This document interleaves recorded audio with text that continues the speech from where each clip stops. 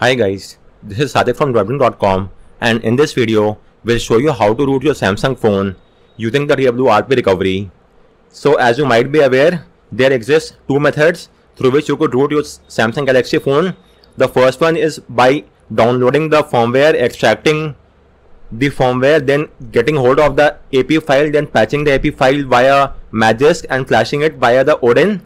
Whereas the second method involves simply flashing the Magisk zip file via TWRP recovery and then installing the Magisk APK file. So it goes without saying that the recovery method is quite easy and shorter to carry out as opposed to the patch API method. Therefore, in this video, I'll show you how to get this job done using the recovery method. Because if you go for the patch API method, then first off you have to download the entire firmware, which is around 8 to 9 GB in size. Likewise, patching the API file via Magisk also takes quite a lot of time. Then you have to flash the API file along with the rest of the firmwares.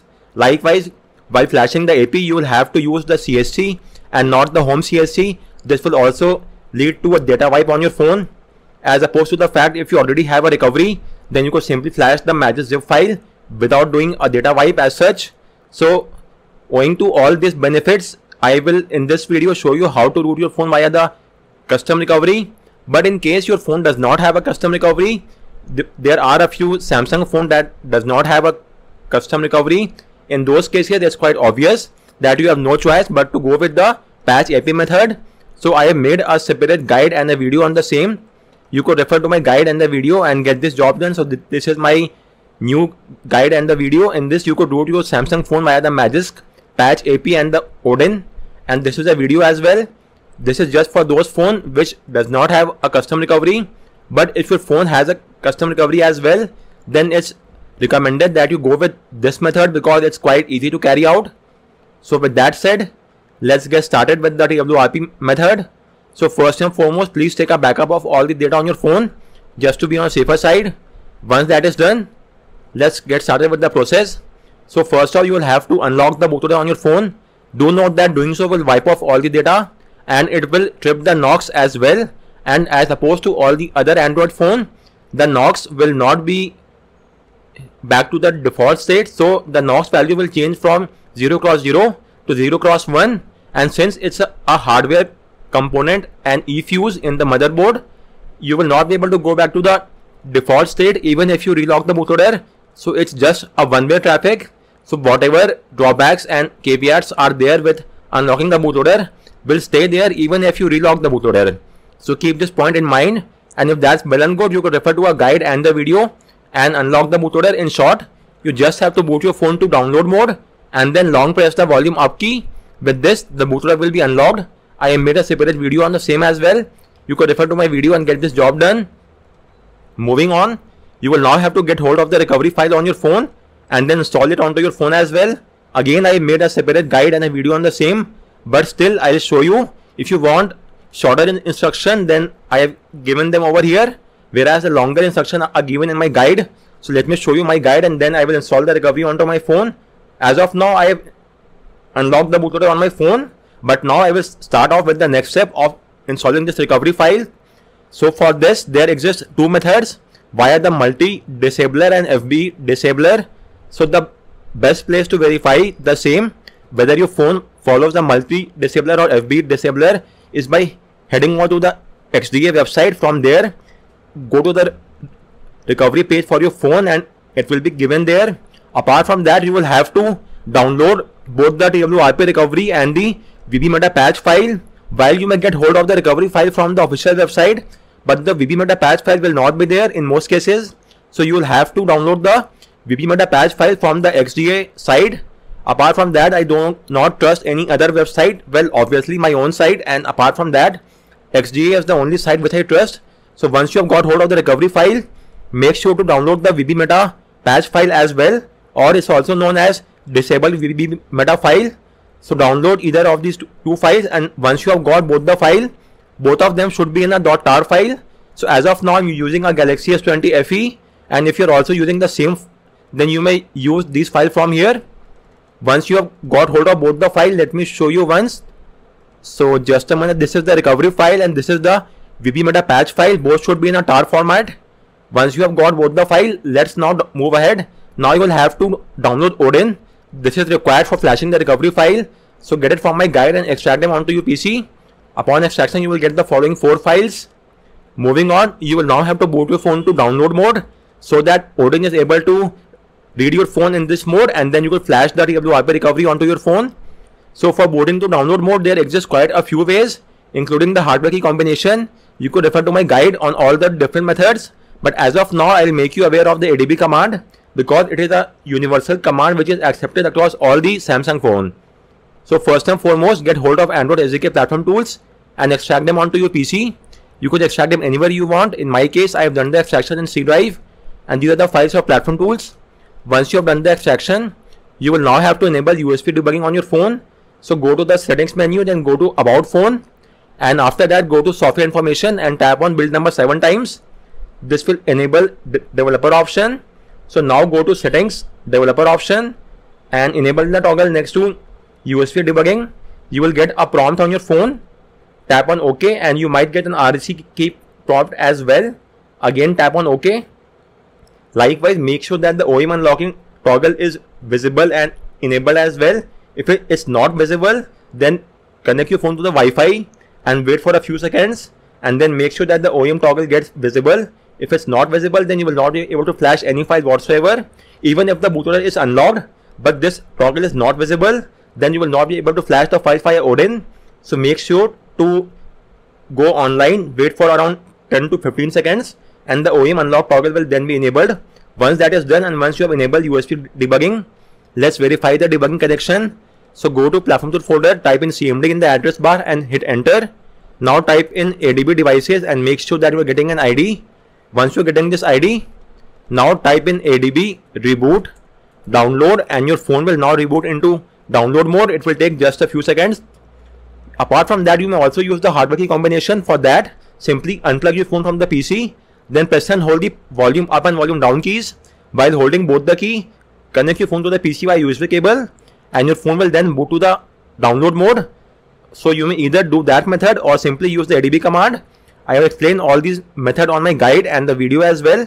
You may check out the guide and get this job done. Anyways, moving on. Now that we are in the download mode, let's launch the Odin tool.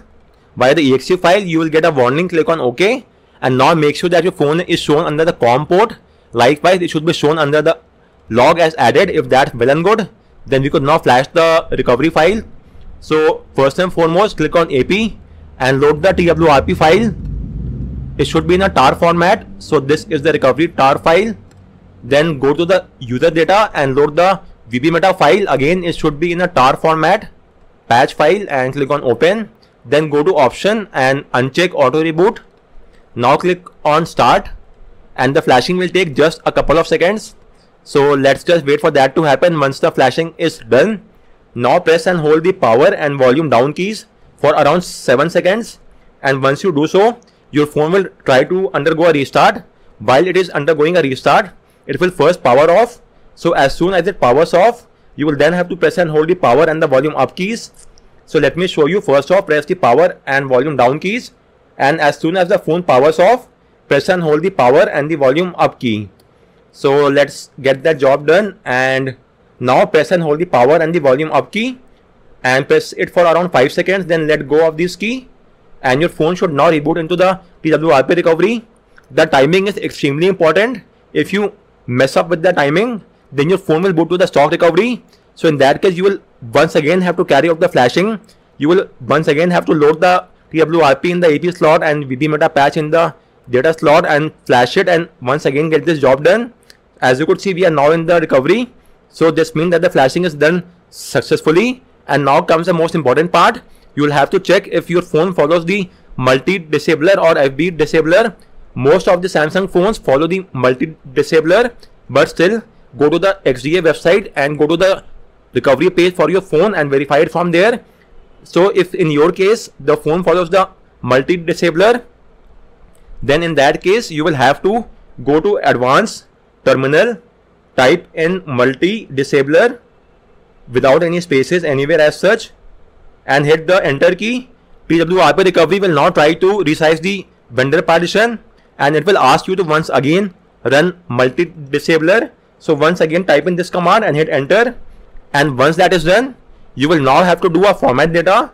So for that, go to wipe format data, type in yes and hit the blue check mark, and the format data is now complete. So again, I'm repeating, in case of multi-disabler, you will have to go to advanced terminal, type in multi-disabler, hit enter, and then you will have to once again type in multi-disabler and hit enter. After that, go to wipe format data, type in yes and hit the blue check mark, and with this, the encryption will be removed and the recovery will be installed. On the other hand, if you talk about the FB disabler, then only a few Samsung phones follow that route. As of now, I'm using a Galaxy S20 FE, and that is among the rarest of phones. Only a few rare phones that follows the FB disabler. In case of FB disabler, you have to go to wipe, advanced wipe, checkmark, cache, key data, key refugee, metadata and data partition. Then do a swipe to wipe, and the wiping is now complete. So with this, we have flashed the recovery. Once the flashing is done via the multi-disabler or FB disabler, you have to go to reboot and choose recovery. This is extremely important. So let's just wait for a few seconds and our phone should now reboot to recovery, and with this, we have installed the recovery successfully on our phone. However, on some Samsung phones, I am noticing an issue, that is the custom recovery is not able to decrypt the storage on a stock firmware. It is only able to decrypt the storage on a custom ROM. So since as of now I'm using the stock One UI firmware, the recovery will not be able to decrypt the storage and the entire internal storage will be encrypted. Let me show you. So as you could see, if I go to install, all the files are currently encrypted. Even if I go to advanced file manager and go to the data partition, all the files are here, should be encrypted. Currently I don't have any file because I've done a wipe, but all the apps and file over here will be encrypted as well in your case also. So if I now transfer the Magisk zip file over here, I will not be able to flash the zip file of Magisk. So what if that is the case with you as well? Then let's do one thing. Let's transfer the file to any other directory, because as of now only the SD card is encrypted. Apart from the SD card, let me show you, only the SD card is encrypted. Apart from that, all the other partitions are not encrypted. For example, if I go to the data partition, it's not encrypted. So I will now transfer the file into this directory and then flash the file easily. So you may remove encryption by doing a format data, but this fix is temporarily, because upon the next reboot, it will again do an encryption and you will not be able to bypass this loop until and unless you go to a custom ROM. So in stock firmware, there will always be encryption issue on most phones, including my phone. So even if I do a format data, the encryption will be gone, but upon the next reboot, the encryption will once again come back. So instead of removing the encryption, I will simply transfer the file to any other location. As of now, I will transfer it to the data partition because it's not encrypted.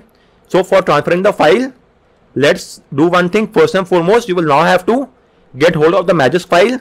So let's move ahead with the next step. With this, we have installed the recovery, and now we will flash the Magisk file, the recovery file. So download the Magisk zip file from my guide. At the time of recording, the latest version is 27. So go here and download both the APK and the zip file. Let me show you. This is the official download link. So download both the APK and the zip. Only download it from the official GitHub page and not from any other website. So download the zip and APK file as of now. Get hold of the APK file and transfer the APK file inside the platform to folder on your PC. So let me show you just a minute. This is the Magisk zip and APK. Transfer the files inside the platform tools. Once you have transferred the file, rename the Magisk zip file to simply Magisk, and the complete name becomes magisk.zip. So with this, we have got the Magisk file, and now let's transfer the file onto our phone. So type in adb push file name, which is magisk.zip space / and now the location. If your phone is not encrypted, then you must simply use the SD card location and hit enter. But as I have shown you in my case, the SD card is currently encrypted, so I may not transfer in that location. So I will use the data partition, and with this, the Magisk has now been transferred to the data partition. Let me show you. It is now there. So now just choose the Magisk zip file and do a right shift to flash it. The flashing will now start and it will take only a few seconds. So let's just wait for that to happen and then we will move ahead with the next step. So the flashing will take a few more seconds, and once the flashing is complete, You may now also transfer the Magisk APK file, or you may transfer the APK file once the phone has been booted to the OS. Both will work. I will transfer it once the phone has booted to the OS, because as of now we just require the zip file, and once the zip file has been flashed, tap on reboot system and your phone will now boot to the OS. Do keep in mind that the first boot up will take up some additional time frame. This is because we have done a format data. So let's just wait for the phone to boot up. So guys, our phone is now booting to the OS, and if you have done a data wipe, as you could see, so let's now skip the initial setup process. If you want, you may do a restore of data right now, but as of now I am skipping this and I will do a restore later on. Let me accept the terms and condition and skip the rest of the process. And also keep in mind that as of now the Magisk has only been installed in the backend. In the front end the Magisk app is not yet installed. So we will now install the Magisk APK so that we have an app to interact with as well. So that is why we now have to transfer the Magisk APK file onto our phone as well. So let's just wait for a few more seconds, and the Magisk should be there in the back end of your phone but not in the front end. So now what you have to do is simply transfer the APK file onto your phone. So first and foremost, make sure that it's file transfer. If that's well and good, choose the Magisk APK file and do a transfer of the file onto your phone. So let's transfer it here, and once that is done, simply launch the file manager app and now give it file access. Install the APK file.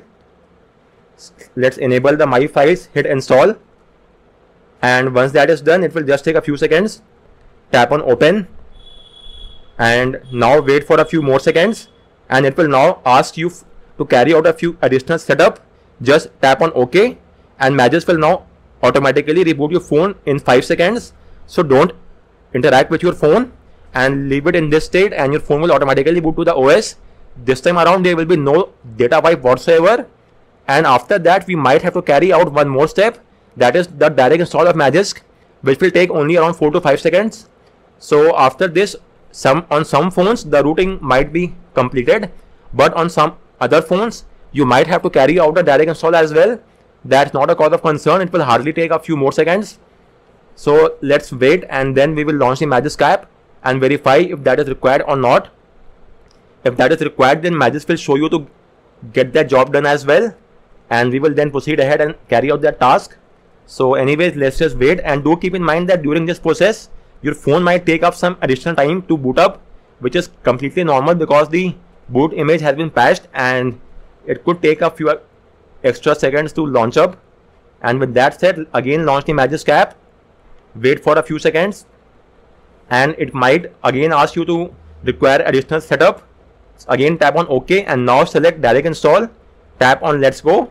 It will take only around 4 to 5 seconds.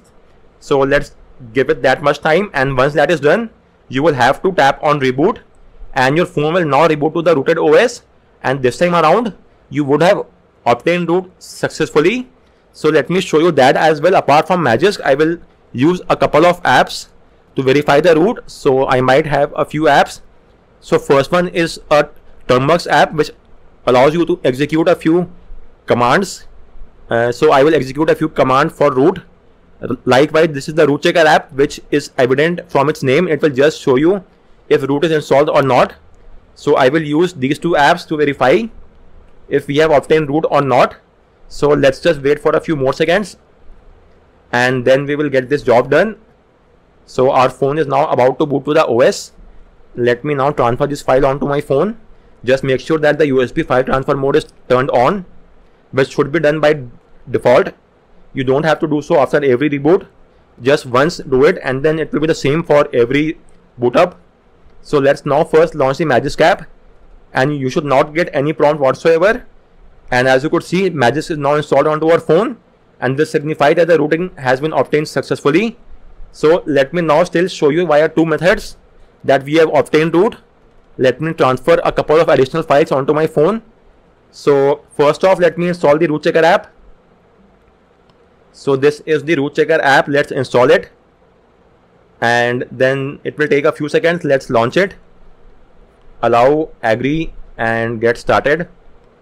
Let's tap on verify root, and you will now get a Magisk prompt. Tap on grant, and as you could see, we have obtained root on our phone. Likewise, if I use a Termux app, let me install the Termux app onto my phone and then launch it. Allow. Now let's type in SU super user and hit enter. As you could see, we have got the super user request. Tap on grant and it has got the request as well. Now let's launch the Magisk app. Go to super user and as you could see, both the apps have got the root request. So guys, this was all from this video on how you could root your phone via the TWRP recovery. So as I have told you earlier as well, the two methods to root a Samsung phone is either via patching and flashing the patch AP file or via the TWRP recovery. As of now, in both the cases, a data wipe was there. So even in case of the TWRP recovery, we had to do a data wipe, but that was only required because we did not have a recovery installed in the first place. If you already have a recovery installed, then your phone will not undergo a wipe and you could simply flash the Magisk zip file onto your phone. So again, I'm repeating, as of now in the video, you might have seen that my phone had undergone a reset. That only happened because the recovery was not there onto my phone. If a recovery is already installed onto my phone, then I don't have to do a reset. I could simply flash the Magisk zip file and obtain root. On the other hand, if you use the Magisk patch AP method, then you will have to download the entire firmware, extract the AP file, patch the AP via Magisk and flash it via Odin, and then undergo and flash the CST file as well. This is required every time. So every time your phone will undergo a reset whenever you obtain root, but that is not the case with the recovery. In case you have a recovery, then only for the first time your phone will undergo a reset. The subsequent time you could easily flash the Magisk zip file without the need for doing the reset and your phone will obtain root. But if your phone does not have a recovery file, then you have no other option but to choose the Magisk AP method, regarding which I have made a standalone guide and a video as well, as I have shown you earlier as well. So this is my second video via the Magisk patch AP and Odin, and this is the guide and the video via the custom recovery. So guys, on that note, I round up this video. If you have any queries, do let me know in the comment section, and thanks a lot for watching.